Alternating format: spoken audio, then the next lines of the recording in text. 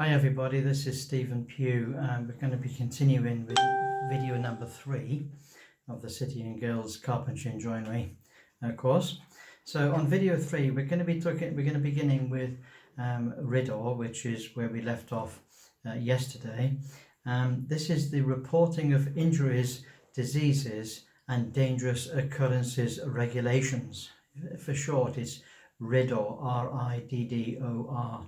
This is a government Act of Parliament that was brought in 1995. Now, in spite of all efforts put into health and safety, there were still things that were happening on building sites.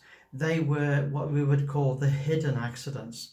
So these were small injuries, these were diseases that people were catching, these were dangerous occurrences. So something was happening which wasn't necessarily picked up by an accident book.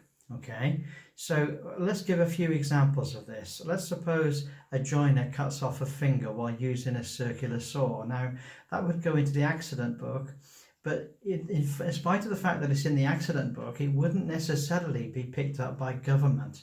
The government wouldn't necessarily get to know about that. Of course, the person concerned and the family and the first aiders would all know about it. The question is, how would the government be able to maintain or keep a watch on those accidents that are happening? So RIDDOR was established in 1995, and the purpose of RIDDOR was to collect information primarily.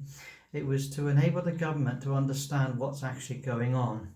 So if somebody has an amputation, like a finger cut off, or somebody has something that's happening which is more than a cut or a splinter or just a bump on the head, then these things would really need to be reported so that the government would then have the necessary information. So we're going to give a few examples of that. A small amputation of a finger, it's not life-threatening, but it is serious. A plumber takes a week off because he has a splinter in her hand and it becomes infected. Okay, so that's something that's quite serious. Now we don't really know why the infection occurred. It could be that the splinter had something on it, a chemical, or it just had dirt on it, or it had germs on it. But the person was off for a week. So any accident that occurred which would cause somebody to have to go off for a week was considered to be a serious matter and had to be reported under RIDDOR. Let's suppose a ground worker is working and he picks up a disease called leptospirosis. Now, leptospirosis is otherwise known or previously known as Wells disease, and it's a serious disease spread by rats and by cattle and other vermin, of course. Now, this is a particularly nasty disease and it has all sorts of horrible repercussions. Ground workers know all about this. They know all about it, but the point is, of course, that they don't automatically, they don't automatically report it to anybody. They go to the doctor, of course, they have treatments, but the government needs to know about these diseases so that they can assess what are the dangers and take actions to be able to alleviate the problem. I'll give you another example. A labourer contracts dermatitis. Now, dermatitis is a serious skin infection or a serious skin problem.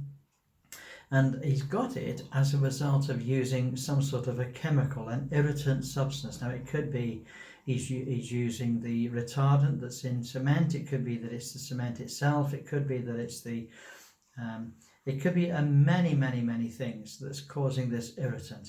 In fact, it could just be an allergy to certain types of chemicals used by labourers. So therefore, what's he going to do? Well, he's going to contact the doctor, of course, but this also needs to be reported.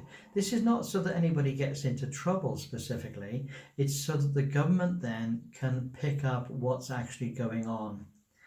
Another one might be a scaffold collapses in severe weather. Now, of course, it was severe weather, so it was a big wind that came along and blew it over. But the important thing is that there was an unauthorized alteration to the scaffolding, which produced some overloading. And now the great thing about it is that while it fell down, nobody was hurt. So you say, well, if nobody's hurt, there's nothing to talk about. No, there is. This is a dangerous occurrence Now we know that nobody was hurt on this occasion, but on a future occasion somebody could be crushed under it or somebody could fall off the top of it. This is a typical example. I'll give you another example. Let's suppose let's suppose a back actor is digging a large hole on site and he accidentally tips over into it. Okay, this is much more common than people realise. Now the question is, did he get hurt? No, he just climbed out of the cab and shook himself down and had a cup of tea and calmed his nerves. Yes, but it could have been bad. It could have been a serious accident. And so what he did is he went and reported it under RIDDOR. So these accidents, the dangerous occurrences, nobody's actually being hurt, but potentially somebody could be very seriously hurt. In fact, they could die. How often do people get a minor electric shock, but nothing's said? They go, oh, it's just a funny thing that happened. No, it isn't a funny thing that happened. This is a serious matter. The next time that occurs in a similar circumstance, the person could die. So this is a serious matter to be reported under RIDDOR. Okay, now the purpose of RIDDOR, as I said, is not to prosecute people. People think that's all about prosecution. No, it's about collecting the information that the government needs to enable them to assess what's happening in the industry, and also to enable them to be able to figure out whether there could be things done that would prevent problems occurring like this in the future. Now there's another Act of Parliament, which is the Construction Design and Management, or sometimes called CDM. It's not Cadbury's Dairy Milk, by the way. That's not a CDM. This is Construction Design and Management Regulations of 2007. Now somebody may say, what is this about? Well, the CDM regulations protect workers from the construction from the construction to the demolition of large and complex structures. So you may have a very large building going up. If it's a building, or if it's building work that's likely to take more than 30 days, or if there are 500 working days in total, that is, if 100 people work for 5 days, that's 500 working hours, the HSE will have to be notified. This means that there is large building work going on. And of course, the next thing we need to understand in all of this is that there are certain people that have certain responsibilities. So we're just going to go down the list and talk about them. The first one is the client. Now, the person that's having the building built, they have certain responsibilities. For example, they have to check personally that all the team members are competent at the job that they're being required to do. They need to also check that the management is suitable. Now that may seem like an obvious thing, but you'll be surprised how many companies are just completely chaotic, and so there has to be an assessment as to whether this company is able to manage the building work or the problem, whether they're able to manage it successfully. Also, they need to make sure that there is sufficient time allowed for all the stages of the project. One of the things that causes health and safety issues is the question of rushing things. When people rush, when they take a shortcut, when they miss out an operation, these are the accidents waiting to happen. The client also needs to make sure that there are proper welfare facilities in place for all the construction workers before the construction starts. So you can't expect people to be toileting around a building site. They need to have proper toilets. They need to have a place where they can wash. If it's pouring with rain for 3 or 4 days, they need to have a place where they can eat and be dry, where they can dry off. You know, these are all important things, and it's the client's responsibility to make sure that that happens. Now, the CDM coordinator is appointed by the client, and he advises and assists the client with his duties, and the coordinator notifies the health and safety executive before the work starts, and it could trigger a visit by the health and safety just to check that things are all running as they should. The next person involved is the designer. Now, we could call this the architect, or it could be just the architectural technician that is designing. At this stage, the designer it needs to remove all hazards and risks as much as they're able to do. And they need to also provide sufficient information for the building to go ahead intelligently. Okay, it's not for him to keep everything to himself. He needs to inform all the people concerned, especially in relation to health and safety. The principal contractor, well, that's actually the main contractor doing all the work. He will have a plan. He will have to manage and to monitor the construction in liaison with all the other contractors involved. So the principal contractor has a lot of very serious obligations. He has a duty holder. The next one is the contractor. The principal contractor is the overall company, but they make it in specialized people, and the subcontractors or self-employed operators, they will also plan and manage and monitor their own work and their own employees, and they will have to cooperate with the main contractor in relation to the site rules. And then lastly, we have at the bottom of the pile the carpenter, the joiner, and I was going to say the infantry, but there we are. We have the people right down at the very bottom, and they need to check that they are competent themselves. Now you say, well, what do you mean?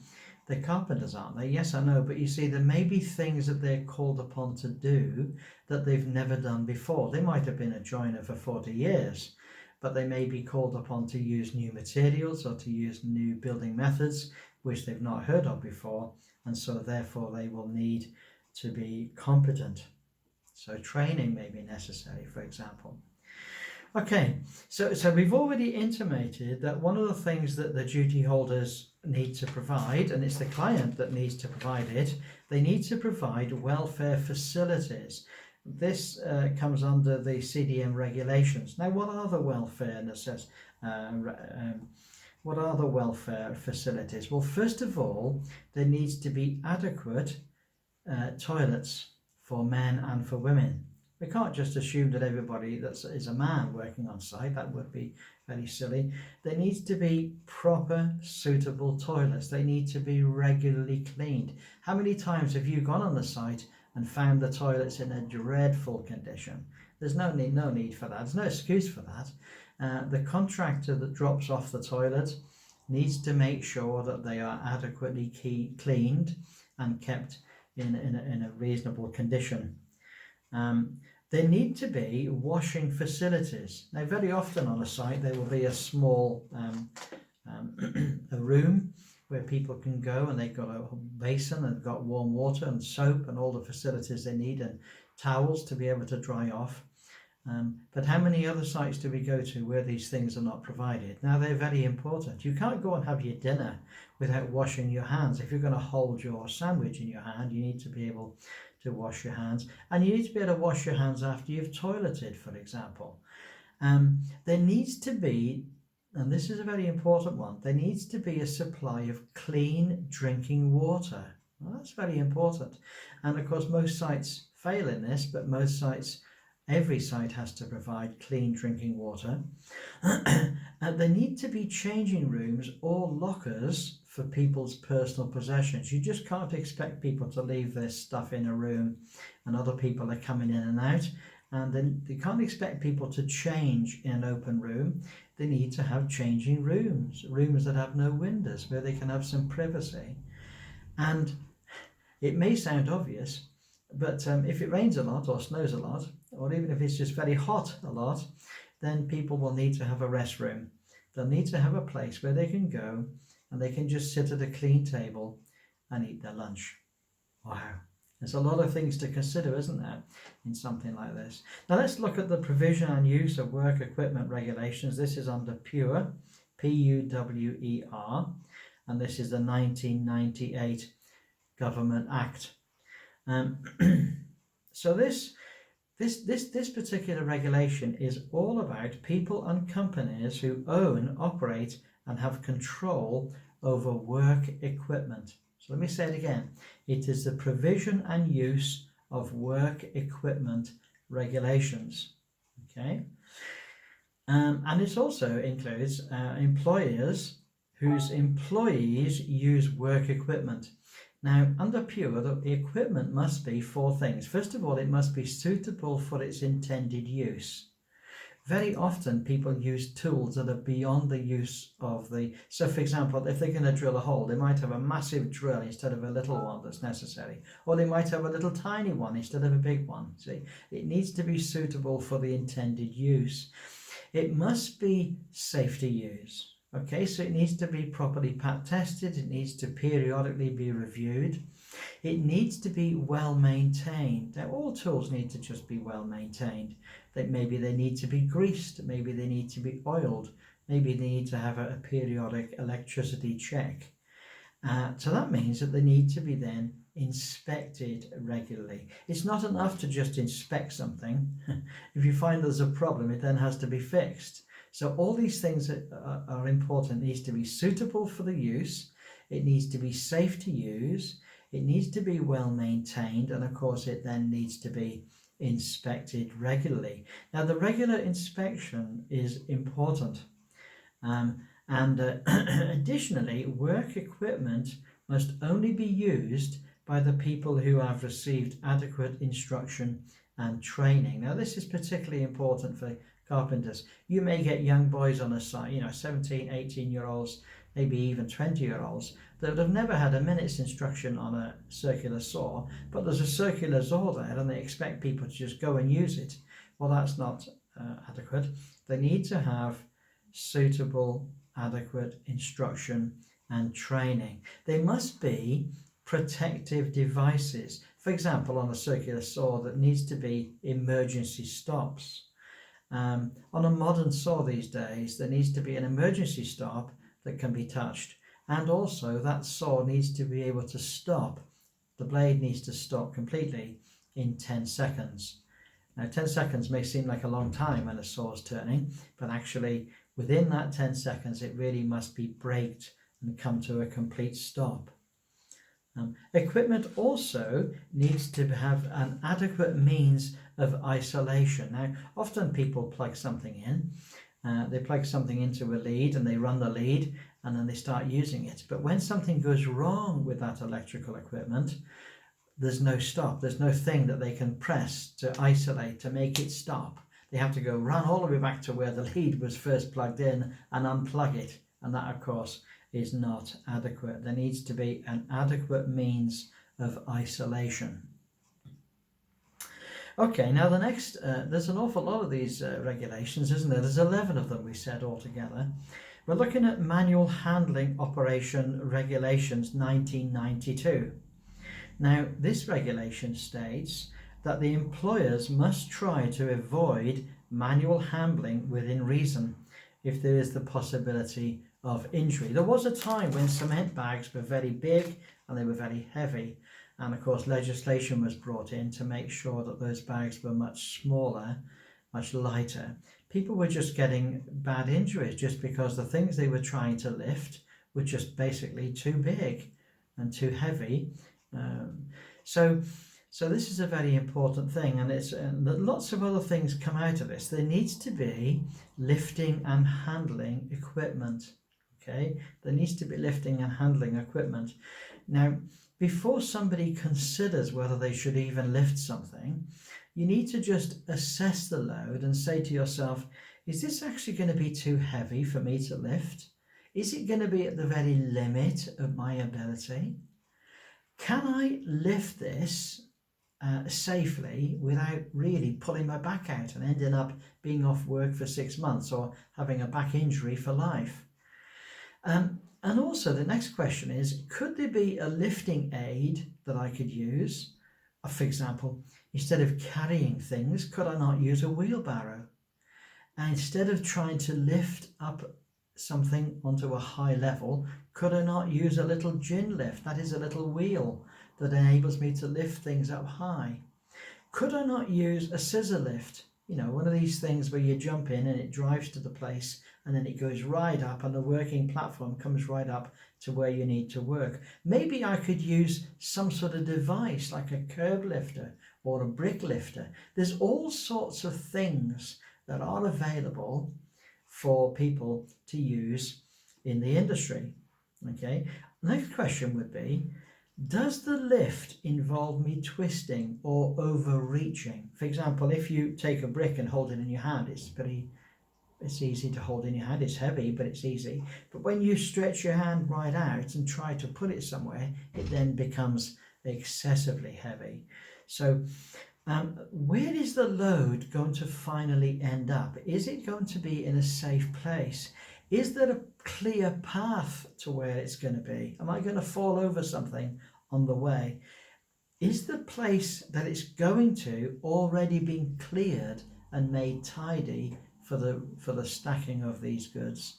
So these are all questions to think about. It's a little bit like overseeing yourself, making sure that you're being kept safe.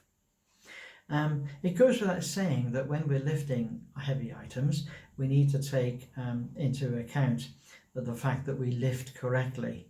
We don't lift with our arms, we lift with our legs. So we take hold of the object around our chest, hold it close to our tummy or our chest, and then we use our legs to go up and our legs to go down. When you operate or when you lift in that way, what you're going to find is two things. First of all, your legs are going to complain immediately.